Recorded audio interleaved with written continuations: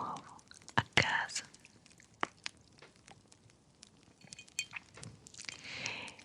Questa sera esaudiamo una richiesta che dovevamo esaudire già da molto tempo. Io vi chiedo scusa per eventuali follie che la mia testa ogni tanto combinerà, ma vi posso assicurare che posso tardare, ma mai mancare. E allora ringrazio la persona che ha richiesto un altro video su una leggenda siciliana.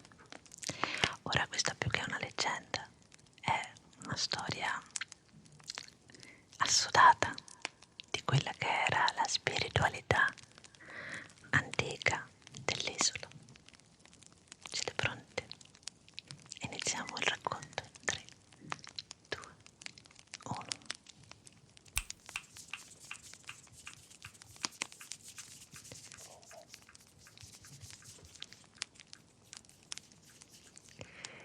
Prima della dominazione spagnola e di quella normanna, prima degli arabi, dei romani, prima dei cartaginesi e ancora molto prima dei greci, in Sicilia esistevano delle divinità autoctone così potenti che non solo sopravvissero alla cultura greca e a quelle successive, ma una di loro in particolare conquistò addirittura Roma nel massimo del suo fulgore, rimanendo impermeabile ad ogni tentativo di sincretismo, cioè la sovrapposizione di una divinità, di una nuova cultura che si innesta su quella precedente.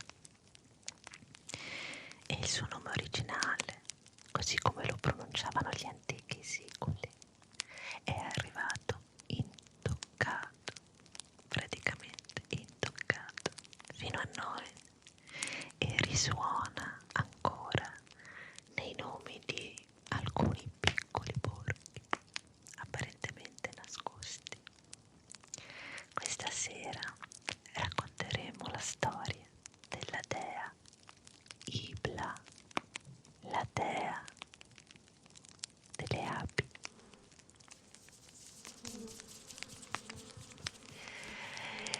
Ibla è la dea della generazione spontanea. Il termine è pre-indoeuropeo e vuol dire luogo sacro in realtà. Rappresenta la fertilità della roccia calcarea dei monti Iblei, che sembra arida ma esplode di timo, finocchietto e zagara.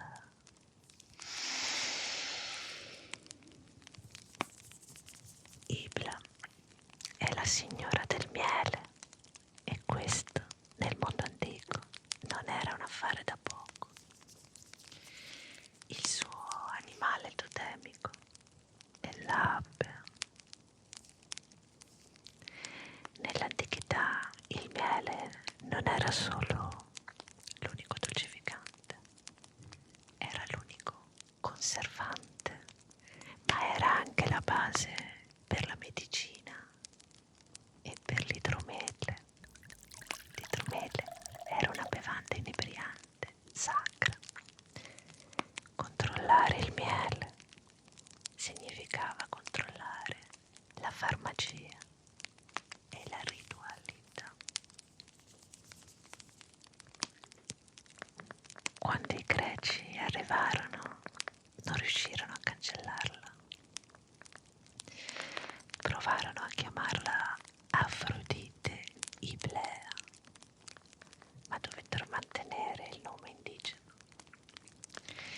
La sua statua nel tempio di Gale a Paternò era servita da sacerdoti totalmente indigeni, chiamati Galeotti, Galeotti, e famosi in tutto il Mediterraneo, in tutto il Mediterraneo, come indovini dei sogni.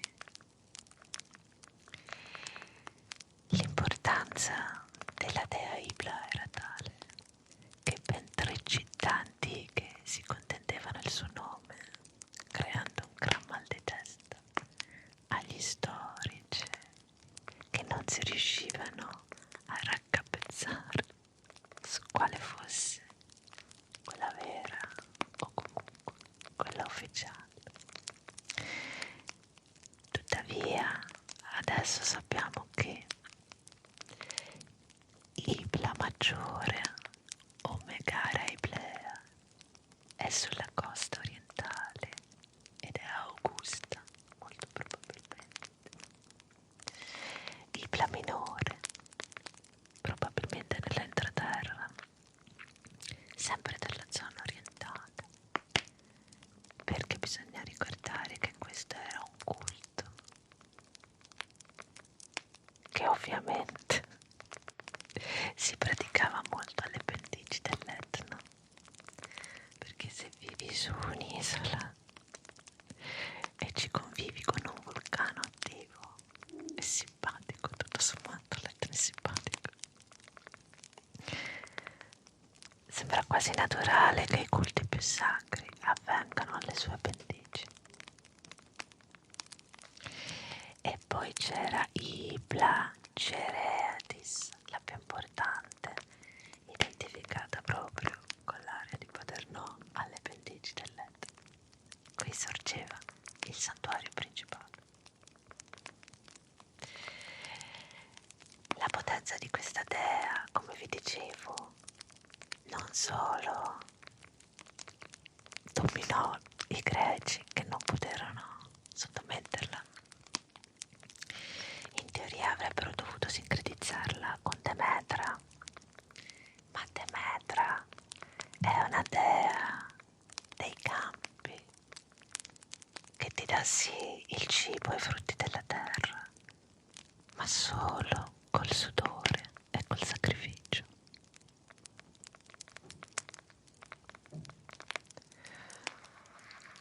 Al contrario, da tutt'altro lato, la dea Ibla delle pendici dell'Etna era la dea che regolava tutta la germogliazione spontanea,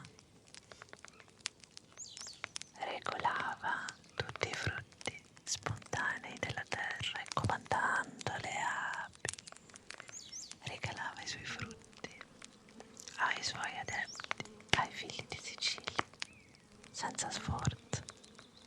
Certo, non erano strettamente programmabili, ma se avevi fede nella dea Ibla, non solo non saresti mai morto di fame, ma non ti avrebbe richiesto neanche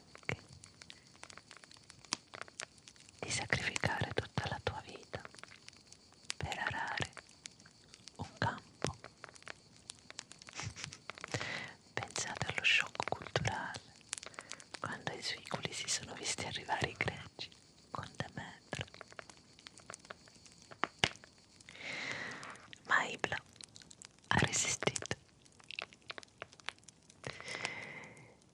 e, come vi dicevo, non solo ha resistito ai greci, ai cartaginesi, ma anche ai romani, e non solo ha resistito ai romani, li ha totalmente conquistati. Anche lì nessun sincretismo.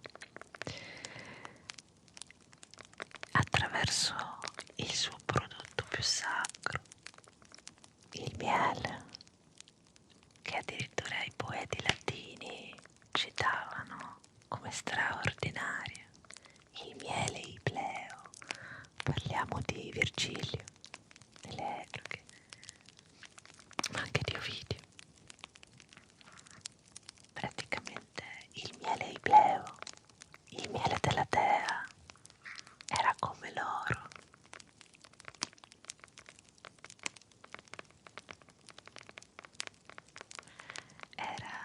assolutamente il gold standard del mondo antico. Un miele che non aveva rivali neanche con quello storico, il miele greco dell'Imento. Questo basicamente significa che un antichissimo culto pre-indoeuropeo della Sicilia orientale si è trasformato in un brand di eccellenza economica e spirituale riconosciuta globalmente per ciò che globalmente si intendeva all'epoca. Immaginate dunque migliaia di api che lavorano nel silenzio della terra siciliana sotto il sole a picco. La sentite? È questo il suono della dea, una dea che non ti chiede niente se non di cercarla sempre con fiducia e con amore. Il profumo di questa dea è stordente come quello del timo selvatico o dell'origano che esce dalle pietre calde. Questa è l'essenza di Ibla. È la Sicilia che non si fa domare dall'aratro, ma che regala dolcezza, salute e una vita di scialo a chi sa camminare tra le rocce.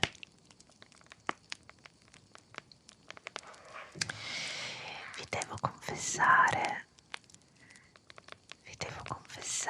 che capisco molto di più la mia gente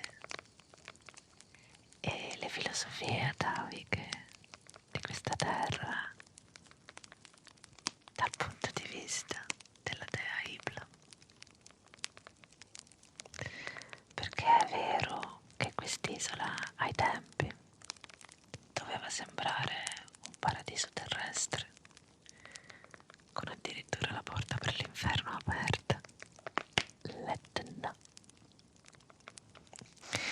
e sviluppare questa idea non di divinità punitive, divinità incazzate fra di loro che si fanno le angherie o che ti richiedono qualcosa di altamente, a volte traumatizzante. Decisamente sono storie abbastanza particolari, mettiamola così. A tutto questo si oppone una divinità il cui animale totemico non è un orso, una tigre o comunque uno di quei simboli che parlano di tumulto, caos, guerra. L'animale totemico di Ibla è un'ape,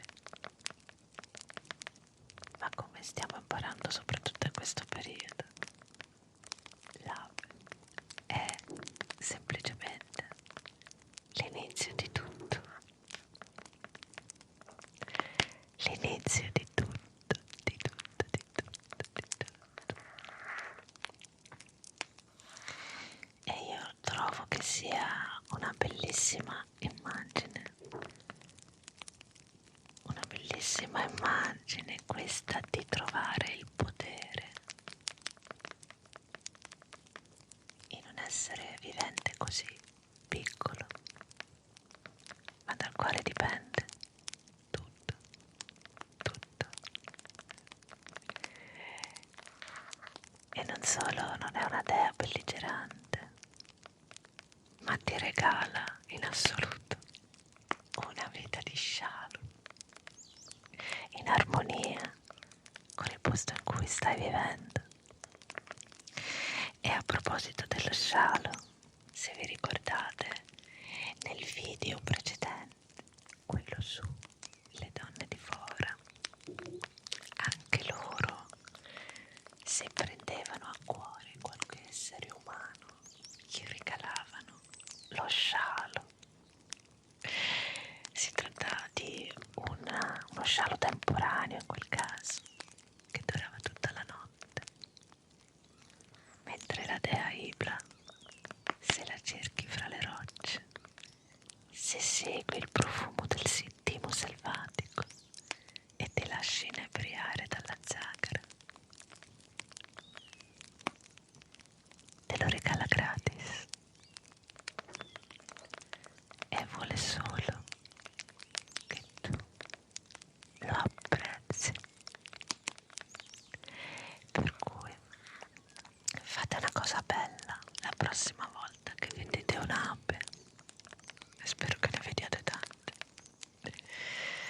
Rivolgete un pensiero alla dea Ibla e a tutti i suoi doni. Salutatela e portatela con voi per avere lo scialo.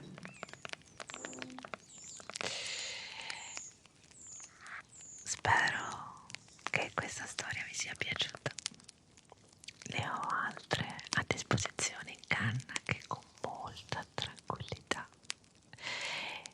vi passerò settimana dopo settimana. Saranno siciliane, ma non solo. E la prima che vi racconterò è proprio legata al carnevale, giovedì prossimo, ed è anteprima, la vera storia di Arlecchino. Grazie per avermi aspettato, per comprendere sempre i miei casini nelle pubblicazioni, per essere qui. Se ti è piaciuto questo video, lascia un like, un commento e se sei nuovo iscriviti al canale, perché questo è solo